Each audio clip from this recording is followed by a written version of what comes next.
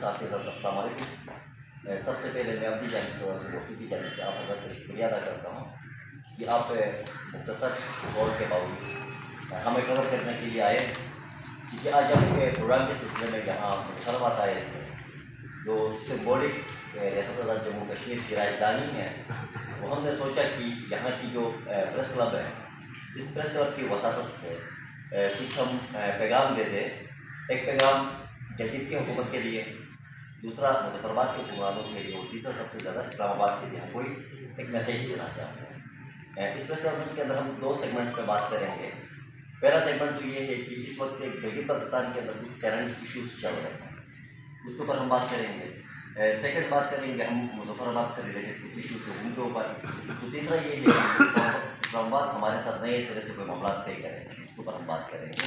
کوشش کریں گے کہ ہم مختصر اپنے موقف کو آپ صاحبان کی وساطت سے حکمرانوں کے ساتھ ساتھ ہم اپنے لوگوں کو بھی یہ پیغام کنوے کر سکتے ہیں۔ بنیادی بات یہ ہے کہ اس وقت آپ نے دیکھا ہوگا گلگت کے اندر، اسکردو کے اندر، حمزہ نگر کے اندر، گزر کے اندر، یاسین کے اندر، دیامر کے اندر کچھ مومنٹس حالیہ دنوں میں چلی، کیونکہ ادھر دور علاقہ ہونے کی وجہ سے مظفرآباد کے لوگوں کو اول تو صحیح پیغام نہیں پہنچا، دوسرا پہنچا تو ٹکڑوں میں پہنچا۔ اس کے اوپر ہم بات کریں۔ گلگت بلتستان کے اندر اس وقت کوئی چیزیں چل رہی ہیں جس کے اوپر وہاں کے مقامی لوگوں کو بڑی ریزرویشنس ہیں۔ ایک تو یہ ہے کہ وہاں پر ٹیکس کے اوپر ایک نیا آرڈیننس آیا ہے، اس کے اوپر گلگت کے لوگ سراپائی احتجاج ہیں، کیونکہ گلگت کے لوگ پاکستان کے باضابطہ شہری نہیں ہوتے ہوئے بھی کئی انڈائریکٹ ٹیکسز دے رہے ہیں۔ سیلف ٹیکس کے نام پہ، مختلف چیزوں کے نام پہ وہ ٹیکسز دے رہے ہیں۔ اب کچھ ڈائریکٹ ٹیکسز کی بات کی جا رہی تھی، اس لیے گلگت بلتستان کے لوگوں کا یہ مطالبہ تھا، کیونکہ Gilgit Baltistan in light of Jammu and Kashmir conflict internationally ایک متنازع علاقہ ہے۔ متنازع علاقے میں پاکستان اس طرح کے اقدامات کرنے سے گریز کرے کہ ٹیکسیشن کے نیٹ ورک میں اس وقت تک شامل نہیں کر سکتے ہیں جب وہ آپ کے کانسٹیٹیوشنل ٹیریٹری نہ بنے۔ دوسری بات، وہاں لینڈ گریبنگ کے حوالے سے بھی لوگوں کا سخت کیا کہتے ہیں موقف سامنے آ رہا ہے کہ سول سوسائٹی کا، وہاں کے پولیٹیکل پارٹیوں کا۔ وہ ایشو یہ ہے، جیسا کہ آپ حضرات کے علم میں ہے، کہ 1953 کے بعد گلگت بلتستان کے اندر وہ کیا کہتے ہیں اسٹیٹ سبجیکٹ رول کی خلاف ورزیاں ہوں، کیونکہ اسٹیٹ سبجیکٹ رول وہ تینوں اکائیوں کے اندر برقرار رہنا چاہیے تھا۔ اس کی خلاف ورزیوں کا آغاز 1953 میں گلگت میں ہوا۔ 1954 میں قانون باشندہ ریاست کو ختم کرنے کے بعد قانون باشندہ ریاست کی جگہ میں پاکستانی ڈومیسائل انٹروڈیوس کروائے گئے ذوالفقار علی بھٹو کے زمانے میں۔ اس ڈومیسائل کی روشنی میں وہاں رہنے والا ہزارے کا باشندہ اور مجھ میں کسی قسم کی کوئی فرق نہیں رہتا۔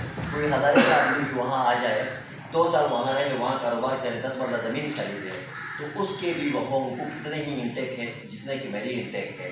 یہ سراسر کیا کہتے ہیں متعدد کی قراردادوں کی اور پاکستان کے جو ہمارے ساتھ طے شدہ باتیں تھیں ان کا انحراف ہے۔ کراچی ملٹری ایگریمنٹ کا بھی انحراف ہے، معاہدہ کراچی 28 اپریل 1949 کا بھی انحراف ہے۔ تو اس کے بعد وہاں پر ایک ٹرمینالوجی رکھی گئی تھی۔ ٹرمینالوجی یہ تھی خالصہ سرکار کے نام پر جو غیر تقسیم شدہ زمینیں تھیں، ذوالفقار علی بھٹو کے زمانے کے بعد ان زمینوں کو سرکار نے جس کو چاہے الاٹ کیا۔ کچھ زمینیں ملٹری کو الاٹ کی گئی، کچھ سول اسٹیبلشمنٹ کو الاٹ کی گئی، اور کچھ وہاں پر مذہبی عبادت گاہوں کے نام پر ان لوگوں کو کور کرنے کے لیے الاٹ کی گئی، اور کچھ من پسند لوگوں کو الاٹ کی گئی۔ اس زمانے میں ہمارے لوگوں کے میں اتنا سیاسی شعور نہیں تھا، جو ریزسٹنس ہونی چاہیے تو وہ ریزسٹنس نہیں ہوئی۔ شاید مظفرآباد سے بھی شاید اس کو روکنے میں ناکامی ہوئی یہاں کے لوگوں کو بھی، تو وہ متواتر خلاف ورزیاں ہو رہی تھی۔ اب پچھلے عرصے میں یہاں پر وہاں پر یہ جو لینڈ گریبنگ ہے، زمینوں پر جو قبضے ہیں، ان کے قبضوں کے خلاف ایک مزاحمت ہوئی، تو ہمارے وزیر اعلیٰ نے اسٹیٹ کو لوگوں کا کہنا یہ تھا کہ بھائی خالصہ سرکار میں لفظ یوز ہوتا ہے، زمینیں الاٹ کرتے ہیں۔ لفظ خالصہ کا تعلق خالصہ حکومت سے ہے، رنجیت سنگھ کی حکومت سے ہے۔ گلگت کا علاقہ جو تھا وہ 1862 میں ریاست جموں کشمیر کا حصہ بنا، تو ہمارا کسی قسم کا براہ راست تعلق نہیں بنتا ہے وہ رنجیت سنگھ کی حکومت کے ساتھ۔ تو ہم پر بھی گلگت میں بھی وہی قوانین کا اطلاق ہونا چاہیے جو مظفرآباد میں ہے۔ جیسا تیسا خلاف ورزیاں اب یہاں حجیرہ سے بھی خبریں آ رہی ہیں، ڈڈیاب سے بھی خبریں آ رہی ہے، یہاں بھی اسٹیٹ سبجیکٹ رول کو انڈائریکٹ انداز میں وائلیٹ کرنے کی وہی کوشش اتراپنڈ میں گلگت میں کی گئی تھی، اتراپنڈ والی کوشش کی جا رہی ہے۔ پھر بھی اب تک بہت ساری چیزیں یہاں انٹیک ہے۔ ہم آپ کے وساطت سے